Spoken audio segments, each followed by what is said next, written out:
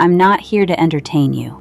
I'm here because the truth is heavier than silence, and I'm tired of watching our desert pay for someone else's convenience.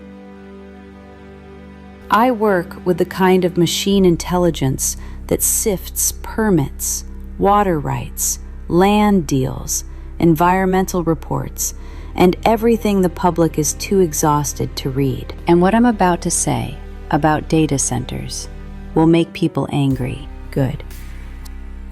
Because anger is what you feel when you realize you've been treated like a sacrifice zone.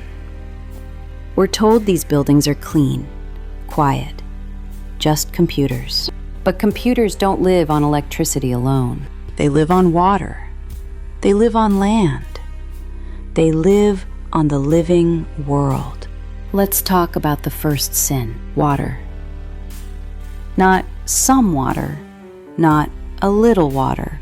The kind of water a desert does not forgive you for wasting. In places like this, people are taught to take shorter showers, to let lawns die, to treat every drop as a neighbor.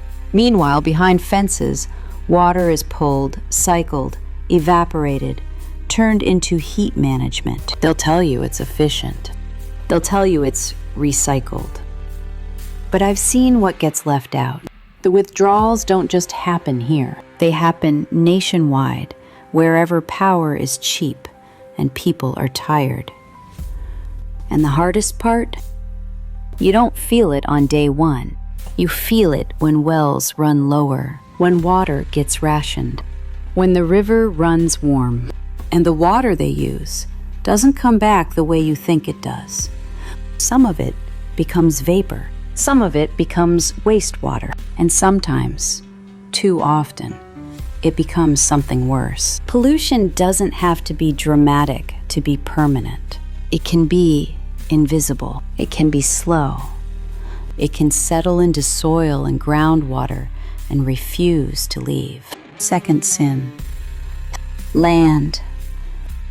These campuses don't float, they sprawl. Land that used to breathe becomes hard-packed dirt, then asphalt, then a grid of heat. A fence is not just a fence. It's a border the wildlife didn't agree to. They'll show you jobs numbers.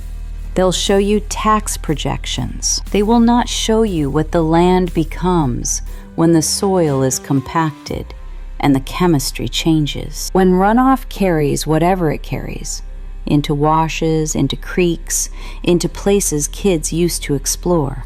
And when contamination happens, when something leaks, when dust carries residue, when wastewater is mishandled, sometimes that land is not reclaimed. It's retired. Quietly. Forever. Third sin, wildlife. The desert is not empty. It only looks empty to people who don't live like the desert lives. Light changes the night. Noise changes the hunt. Heat changes the migration. Wildlife doesn't get a public comment period. It doesn't get a lawyer. It just gets displaced or cut off or poisoned so slowly no one calls it an emergency. So what? We're supposed to live in the dark? No.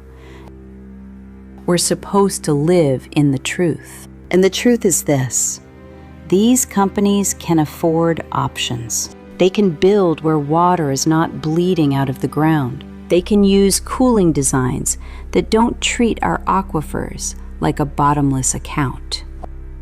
They can stop expanding like they're racing a fire, but they won't. Unless you make it expensive to ignore you. This is how it always works. First, they arrive with promises. Then they arrive with contracts. Then they arrive with security fences. I'm going to tell you something they don't expect you to understand. They think you'll argue about politics. They think you'll argue about feelings. They think you'll get tired.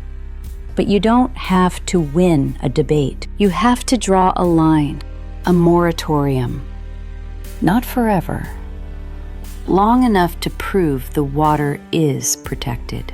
Long enough to prove the land won't be turned into a permanent hazard. Long enough to prove wildlife corridors aren't just a word in a report. We have processes. Your process is what got us here. I'm not accusing you of evil. I'm accusing you of compliance, of signing what you didn't have time to question, of accepting "trust us" as a plan. We are not a blank space on a map. We are not an empty desert waiting to be used up. We are people, and we live among living things that cannot speak into a microphone. So here's what you do. You demand the pause. You demand the proof. And if they tell you the truth is too complicated, you tell them this: our water is not negotiable. Our land is not disposable. Our wildlife is not collateral. Moratorium. Pause it. Not until it's safe. They can't handle the truth, so handle it for them.